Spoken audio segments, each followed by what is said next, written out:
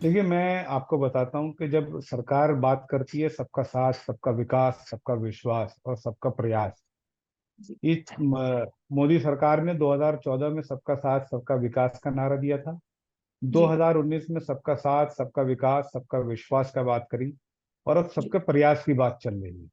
जी। दरअसल मैं आपको इसको खुल कर समझाना चाहता हूँ। सबका साथ और सबका विकास वो होता है जब सरकार कोई भी योजना बनाती है तो उस योजना में सबका साथ और सबका विकास शामिल होता है।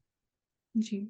और उसका उदाहरण मैं आपको ये बता सकता हूँ कि सरकार की, चाहे वो आयुष्मान योजना हो, चाहे वो जनधन योजना हो, चाहे वो किसान निधि योजना हो, और चाहे वो कोई भी योजना हो, आवास योजना हो, शौचालय योजना हो, और मुफ्त टीकाकरण की योजना हो, शिक्षा को लेकर जो सरकार की योजनाएं हैं, रोजगार को लेकर जो सरकार की योजनाएं हैं, उसमें सबका साथ और सबका विकास शामिल होता है। कतार में खड़ा हुआ अंतिम व्यक्ति, वो गरीब होना उसका, अगर वो गरीब है तो वो चाहे हिंदू है या मुसलमान है, सिख है या ईसाई है, उसको उसकी बराबर की हिस्सेदारी मिलेगी उसकी आबादी के हिसाब जी, से। आपने अभी सरकार बता सबका दिया। साथ सबका विकास में पूर्ण रूप से कामयाब है।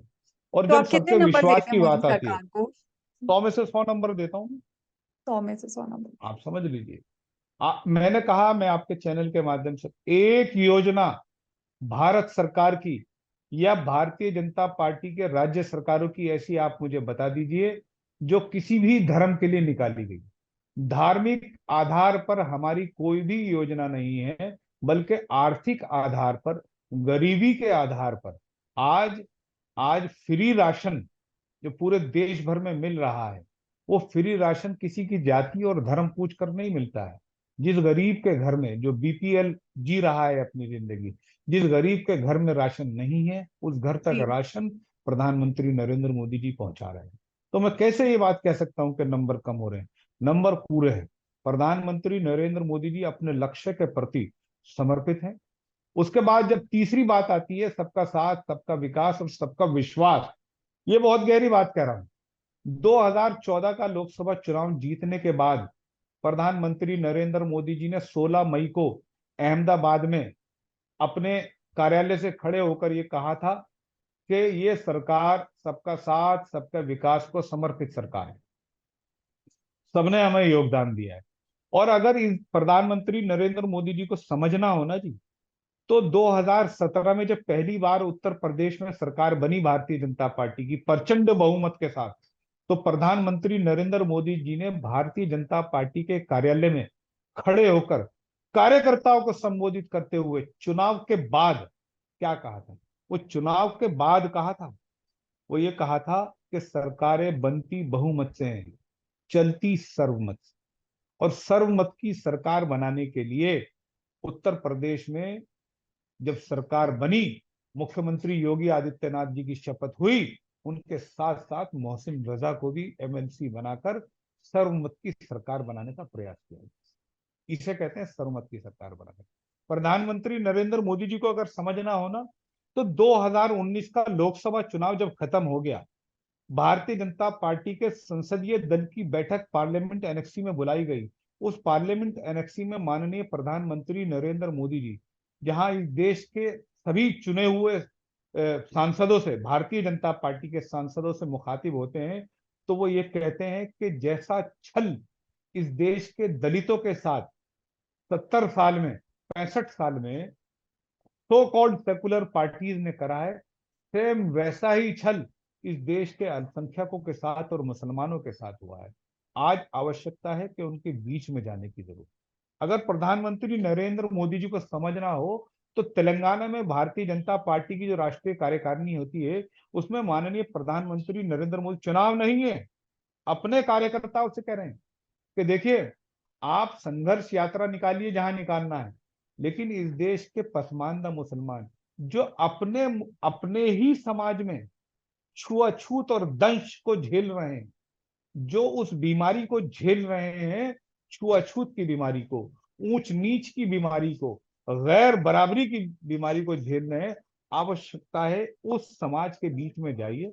वोट दें कि ना दें, उन्होंने स्पष्ट कहा, वोट दें कि ना दें, हमारी ये जिम्मेदारी बनती है कि हमारे देश के जो वो गैर हिंदू दलित मुसलमान हैं, उनके बीच में भी जाना और उनके बीच में भी स्नेह मिलन कार्यक्रम करना, उनके बीच में भी स्नेह यात्रा निकलना, ये वो तीसरी बात है जिसको विश्वास अर्जित करने की बात कर रहे हैं। मैंने कहा कि वोट दिया कि नहीं दिया, दानिश आजाद अंसारी को मंत्री बनाया, वोट दिया कि नहीं दिया, गुलाम अली खटाना को संसद बनाया, वोट दिया कि नहीं दिया, हमारे ही बीच के एक पढ़े लिखे अलीगढ़ मुस्लिम यूनिवर्सिटी के साबिक वाइस चांसलर तारिक मंसूर साहब, जो कि कुरैश बिरादरी से ताल्लुक रखते हैं, कुरैशी बिरादरी से, वो खुद एक पसमानदा है, उनको एमएलसी का सदस्य बनाकर पसमानदा मुसलमानों का विश्वास अर्जित करने के लिए उनकी आवाज लखनऊ विधानसभा तक पहुंचाने का काम करा।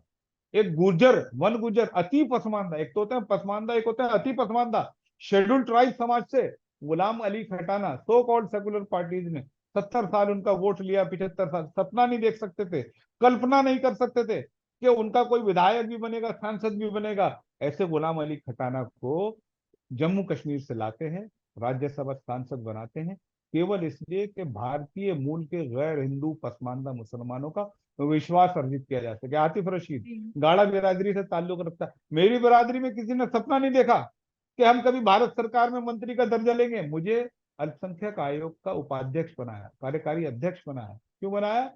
इसलिए बनाया कि समाज के बीच में ये संदेश दिया जा सके कि हम सबका साथ, सबका विकास के साथ सबका विश्वास भी अर्जित करते हैं। हम जी सबके विश्वास को अर्जित करने की कड़ी है। चौथा नारा है सबका प्रयास। अब वो सबका प्रयास जो है वो अभी तक कामयाब नहीं हुआ। अभी तक सबका प्रयास शामिल नहीं होता। जब उत्तर प्रदेश में सरकार बनती है तो उसमें सबका साथ शामिल नहीं होता। जब राजस्थान में सरकार बनेगी या मध्य प्रदेश में सरकार बनी या हमारी और जगह जहां पर सरकारें बनती हैं, उन सरकारों में सबका प्रयास शामिल नहीं होता। लेकिन मैं श्रेया जी आपको एक विश्वास दिला रहा हूँ कि जिस प्रकार से पसमानदा मुसलमान अब जागरूक हो रहा है, तो 2024 के लोकसभा चुनाव में प्रधानमंत्री नरेंद्र मोदी जी 350 सांसदों की प्रचंड बहुमत के साथ जो तीसरी बार प्रधानमंत्री बनेंगे, उसमें सबका साथ, सबका विकास, सबका विश्वास के साथ साथ पसमानदा मुसलमान का प्रयास भी शामिल है।